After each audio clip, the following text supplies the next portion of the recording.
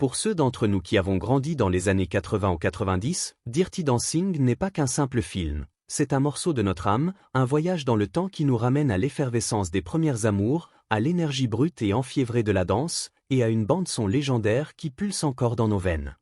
À plus de 40 ans, revoir Dirty Dancing aujourd'hui, c'est plonger dans une nostalgie douce amère, un mélange d'émerveillement pour la magie du film et de curiosité pour les secrets enfouis derrière ces scènes mythiques. Derrière les regards brûlants, les chorégraphies sensuelles et l'alchimie électrisante entre Jennifer Grey et Patrick Swayze se cache une histoire bien plus complexe. Un entrelac de tensions, de blessures silencieuses, d'efforts titanesques et d'une connexion inattendue née des frictions les plus profondes. Ce n'était pas seulement une performance d'acteur, mais un combat émotionnel, physique et psychologique, un tourbillon de contradictions qui a donné au film son authenticité intemporelle, une qualité qui résonne encore avec nous, spectateurs mûris par le temps. Voici une plongée immersive et détaillée dans les coulisses de ce chef-d'œuvre, pensée pour ceux qui savent que les moments les plus mémorables naissent souvent des épreuves les plus ardues, et que les films qui marquent nos vies reflètent nos propres luttes, nos sacrifices et nos triomphes. Long avant que Dirty Dancing ne devienne une icône culturelle mondiale, Jennifer Grey et Patrick Swayze s'étaient rencontrés en 1983 sur le tournage de Red Dawn, un film d'action brute et patriotique réalisé par John Milius, sorti en 1984. Ce drame, ancré dans la paranoïa de la guerre froide sous l'ère Reagan, mettait en scène des étudiants américains transformés en résistants face à une invasion soviétique fictive. Premier film à recevoir la classification PG-13, Red Dawn a marqué les esprits par son intensité et son message. Mais en coulisses, une autre bataille, bien plus personnelle, se déroulait. Patrick Swayze, alors âgé de 31 ans, incarnait Jed Eckert, le leader charismatique des Wolverines, un rôle taillé sur mesure pour sa présence physique imposante et son intensité dramatique. Né à Houston, fils de Patsy Swayze, une chorégraphe respectée, Patrick était un artiste complet, danseur formé aux prestigieuses écoles de ballet Harkness et Joffrey, gymnaste, pratiquant d'arts martiaux, il abordait ses rôles avec une discipline quasi obsessionnelle, une rigueur forgée par des années de formation artistique et un engagement total. Sur le plateau, il restait souvent immergé dans son personnage, s'entraînant physiquement entre les prises pour répondre aux exigences d'un tournage exténuant au Nouveau-Mexique. Les conditions étaient rudes, altitudes élevées, nuits glaciales, et un boot-camp dirigé par des conseillers militaires pour insuffler un réalisme brut au film. Jennifer Grey, dans la vingtaine, était encore en train de se frayer un chemin dans le monde du cinéma. Fille de Joel Grey, légende de Broadway pour son rôle emblématique dans Cabaret, elle incarnait Toni Mason, une adolescente rebelle qui évolue dans le chaos de l'invasion. Contrairement à Patrick, son approche du jeu était instinctive, guidée par l'émotion et la spontanéité plutôt que par une discipline rigoureuse. Leurs différences de style ont rapidement créé des étincelles, mais pas celles qu'on associe à la romance ou à la camaraderie. Jennifer trouvait l'intensité de Patrick écrasante, parfois perçue comme macho ou envahissante. Un incident, en particulier, l'a profondément marquée. Alors qu'elle se préparait pour une scène chargée d'émotions, Patrick a lancé une plaisanterie qui a brisé sa concentration. Ce qu'il considérait comme une tentative de détendre l'atmosphère, elle l'a vécu comme une intrusion blessante dans son espace émotionnel, un manque de respect qui l'a déstabilisé. Ces frictions, parfois subtiles, parfois ouvertes, se sont accumulées tout au long du tournage. Patrick, avec son besoin de contrôler chaque scène et son perfectionnisme inflexible, pouvait être magnétique, charismatique et charmant un instant, puis dominateur ou distant le suivant. Jennifer, en quête de sécurité émotionnelle pour s'épanouir dans son rôle, se sentait souvent submergée par son énergie débordante. À la fin du tournage, épuisée par ses tensions et ses malentendus, elle s'est fait une promesse solennelle, ne plus jamais travailler avec lui. Pour nous, qui avons connu des collègues, des partenaires ou des relations où les personnalités s'entrechoquent, cette dynamique résonne comme un écho poignant de ces moments où les différences de caractère s'enracinent, laissant des cicatrices discrètes mais durables. Pourtant, ce conflit initial, loin d'être un simple obstacle, allait devenir le carburant d'une alchimie explosive qui marquerait l'histoire du cinéma pour des générations. En 1986, Dirty Dancing n'était encore qu'un projet indépendant au budget modeste de 5 millions de dollars, une goutte d'eau face aux superproductions hollywoodiennes de l'époque. Écrit par Eleanor Bergstein, le scénario s'inspirait de ses souvenirs d'adolescente dans les années 60, mêlant danse, romance et éveil personnel dans un camp de vacances estival des Catskills. Jennifer Grey, à 26 ans, fut rapidement choisie pour incarner Frances Baby Ousmane, une jeune femme en quête d'identité à travers la rébellion, l'amour et le rythme. Sa vulnérabilité naturelle, son expressivité et son intelligence émotionnelle en faisaient le choix parfait pour ce rôle de transformation. Mais trouver l'acteur idéal pour Johnny Castle, le professeur de danse charismatique issu d'un milieu modeste, était une tâche colossale. Il fallait un homme capable de danser avec aisance et précision, d'incarner une masculinité brute tout en révélant une profondeur émotionnelle nuancée, et de captiver le public par un charisme magnétique qui transcendait l'écran. Après des auditions interminables, certains acteurs avaient le physique mais manquaient de technique, d'autres dansaient avec grâce mais n'avaient pas la profondeur nécessaire. Le nom de Patrick Swayze, alors âgé de 34 ans, a ressurgi. Avec sa formation aux écoles de ballet Harkness et Joffrey, et des rôles dans des films comme The Outsider, Red Dawn et Youngblood, il semblait taillé pour incarner Johnny. Mais pour Jennifer, son nom ravivait des souvenirs douloureux de leur collaboration tendue sur Red Dawn. Son perfectionnisme oppressant, son humour parfois maladroit qui tombait à plat, son intensité qui la mettait mal à l'aise, la sensation d'être éclipsée par sa présence. Lorsqu'on lui a proposé de retravailler avec lui, elle a hésité, confiant au producteur qu'elle doutait de pouvoir revivre une telle expérience, craignant que leur passé ne compromette le projet. Ce qui s'est passé ensuite est entré dans la légende du cinéma. Avant l'audition, Patrick a pris Jennifer à part, loin des regards indiscrets de l'équipe. Dans un moment d'humilité rare, il l'a regardée droit dans les yeux et lui a dit « Je t'aime, je suis désolé. Je sais que tu ne veux pas de moi sur ce film, mais ensemble, on peut tout déchirer. » Sa voix tremblait, ses yeux brillaient d'une émotion sincère, presque vulnérable, une facette de lui qu'elle n'avait jamais vue sur Red Dawn. Ces mots, prononcés avec une honnêteté désarmante, ont touché Jennifer au plus profond de son être, ébranlant ses défenses. Ce n'était pas une réconciliation complète, mais un premier pas, un pont fragile entre deux âmes que tout semblait opposer. Lors de leur essai à l'écran, quelque chose d'extraordinaire s'est produit, un moment de grâce inattendu. La tension qui les divisait s'est métamorphosée en une énergie cinétique, une alchimie brute et palpable qui électrisait chaque échange, chaque regard, chaque mouvement. Leurs interactions étaient chargées de tiraillements, d'une puissance brute mêlée de vulnérabilité, une danse émotionnelle qui captivait autant qu'elle surprenait. Les producteurs, émerveillés, ont décrit ce moment comme de la foudre en bouteille, une explosion d'énergie brute qui transcendait le scénario. Ce qui aurait pu être un obstacle rédhibitoire, leur passé conflictuel, est devenu la raison même de leur casting. Pour nous, qui avons vécu des moments où un conflit, une rupture ou une tension s'est transformé en une collaboration inattendue, cette histoire résonne comme un rappel puissant que les frictions, lorsqu'elles sont canalisées avec sincérité, peuvent engendrer une magie unique, une énergie qui transcende les différences. La décision fut prise. Patrick serait Johnny, Jennifer resterait Baby, et leur passé commun, loin d'être un fardeau, deviendrait le moteur d'une performance qui marquerait une génération et au-delà. Le tournage de Dirty Dancing, débuté à l'été 1986 à Leclure, en Caroline du Nord, était un défi herculéen, un véritable test d'endurance pour toute l'équipe. Avec un budget serré de 5 millions de dollars, chaque dollar comptait, chaque minute était précieuse. Les décors étaient minimalistes, souvent improvisés, les costumes recyclés ou empruntés, et la chaleur étouffante de l'été transformait le cadre pittoresque en un environnement oppressant, un mélange de rêve et de cauchemar. Mais la véritable épreuve, celle qui définissait l'âme du tournage, résidait dans la dynamique complexe entre Jennifer et Patrick, exacerbée par les exigences des chorégraphies complexes qui formaient le cœur battant du film. Jennifer, sans formation formelle en danse, était poussée bien au-delà de ses limites physiques et émotionnelles. Chaque pas était une lutte, chaque scène une épreuve sous le regard exigeant de Patrick, dont la discipline de danseur classique, forgée par des années de formation à la Harkness Ballet School et à la Joffrey Ballet School de New York, le rendait implacable. Fils de la chorégraphe Patsy Swayze, il dansait depuis l'enfance, et pour lui, chaque mouvement devait être parfait, chaque rythme précis, chaque détail maîtrisé jusqu'à l'obsession. Lorsque Jennifer ratait une mesure, perdait sa concentration ou éclatait de rire, ce qui arrivait souvent sous la pression physique et émotionnelle écrasante. Patrick ne masquait pas toujours son irritation, laissant transparaître des soupirs, des regards sévères ou une tension dans sa posture. Une scène devenue légendaire illustre parfaitement leur relation, celle où Johnny caresse le bras de Baby, un moment censé être tendre, intime, chargé de sous-entendus romantiques.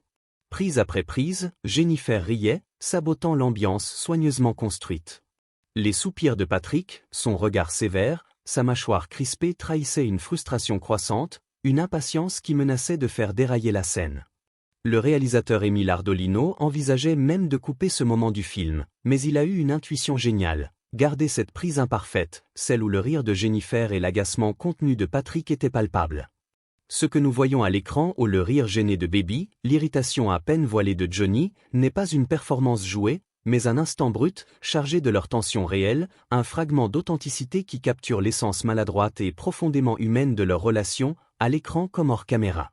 C'est précisément cette vérité brute qui rend la scène si mémorable, un moment qui résonne avec nous, spectateurs, parce qu'il reflète les imperfections de la vie réelle. Les blessures physiques ont amplifié le climat tendu sur le plateau, ajoutant une couche supplémentaire de difficulté. Patrick, qui insistait pour réaliser ses propres cascades, refusant systématiquement les doublures, s'est gravement blessé au genou lors de la scène de l'équilibre sur la bûche, un moment emblématique du film. Malgré la douleur intense et l'enflure, il continuait à tourner, appliquant de la glace entre les prises et serrant les dents pour avancer, déterminé à ne pas ralentir la production. Son engagement était admirable, un témoignage de son professionnalisme, mais il le rendait encore moins patient face aux erreurs des autres, y compris celles de Jennifer, qui luttait pour suivre le rythme. Elle, de son côté, ployait sous une pression écrasante. Constamment scrutée, parfois critiquée directement ou à travers des silences lourds de sous-entendus, elle se sentait isolée, presque vulnérable dans un environnement où chaque faux pas semblait amplifié. Des années plus tard, elle confiera avoir eu l'impression de marcher sur un fil, ne sachant jamais si elle recevrait un encouragement chaleureux ou un jugement froid. Patrick pouvait être généreux, encourageant, presque fraternel un instant, puis distant, critique ou absorbé par son propre perfectionnisme le suivant. Une instabilité qui épuisait Jennifer émotionnellement. Le chorégraphe Kenny Ortega, qui deviendrait plus tard le réalisateur de High School Musical, jouait un rôle crucial de médiateur, apaisant les tensions, aidant Jennifer à surmonter ses insécurités et canalisant l'énergie intense de Patrick pour maintenir un semblant d'harmonie sur le plateau. Pourtant, au cœur de ce tumulte, quelque chose de magnifique, d'alchimique, émergeait. La lutte entre le perfectionnisme inflexible de Patrick et la vulnérabilité brute de Jennifer, entre discipline rigoureuse et émotion spontanée, devenait l'âme même du film.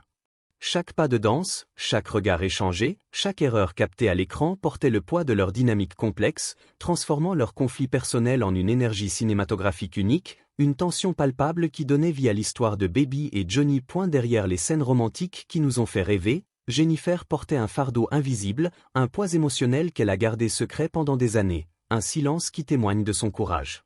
Elle se sentait souvent rabaissée par l'intensité de Patrick, par ses critiques implicites ou son attitude parfois distante, qui contrastait avec l'image de l'amant passionné qu'il incarnait à l'écran.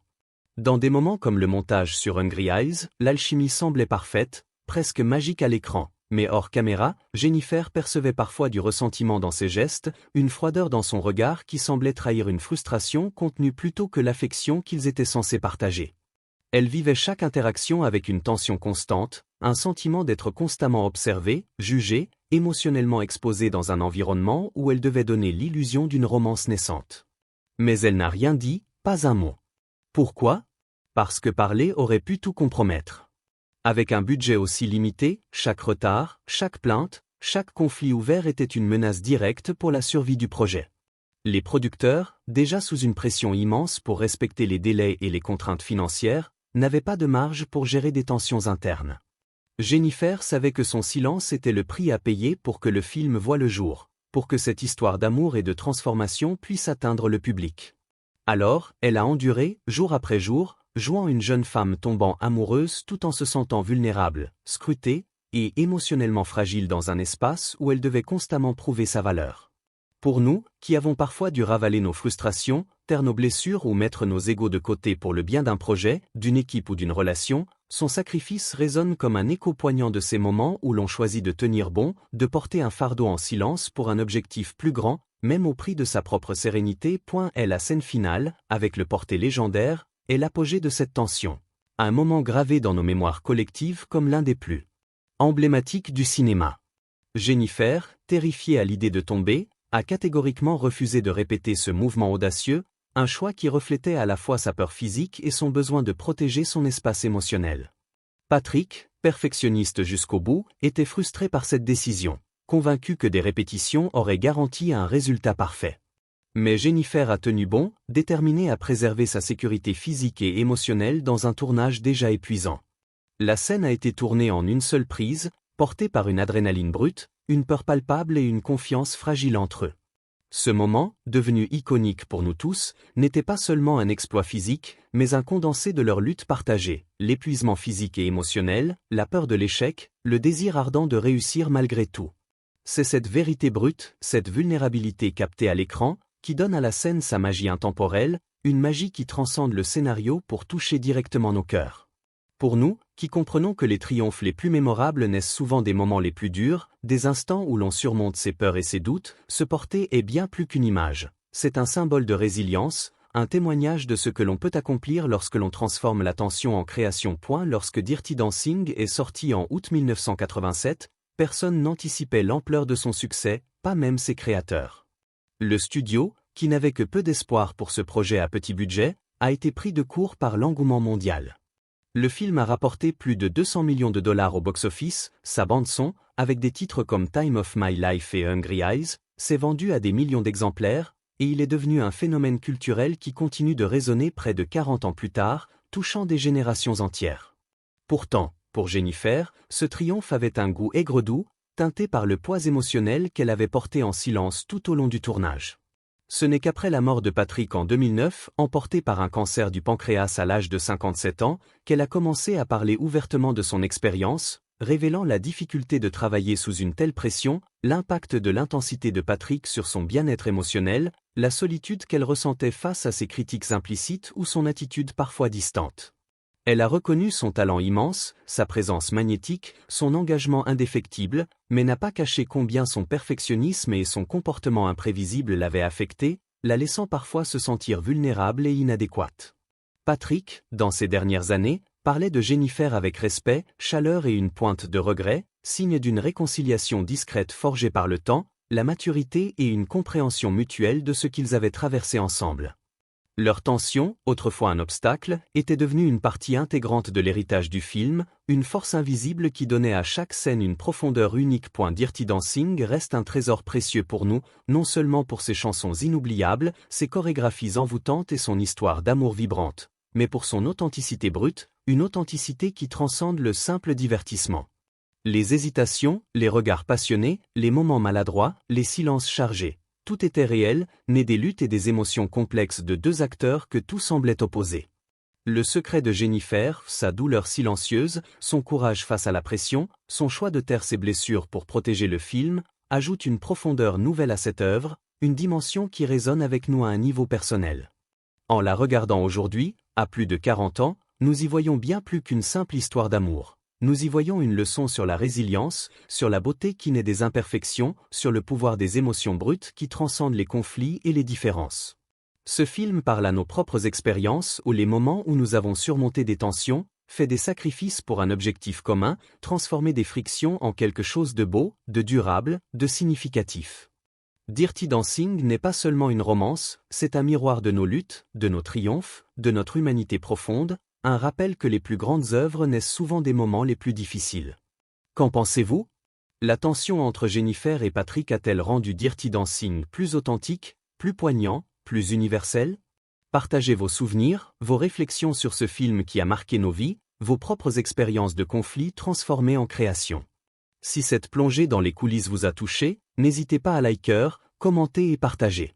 Merci de nous avoir suivis dans ce voyage émouvant à travers le passé, un voyage qui nous rappelle pourquoi Dirty Dancing continue de danser dans nos cœurs.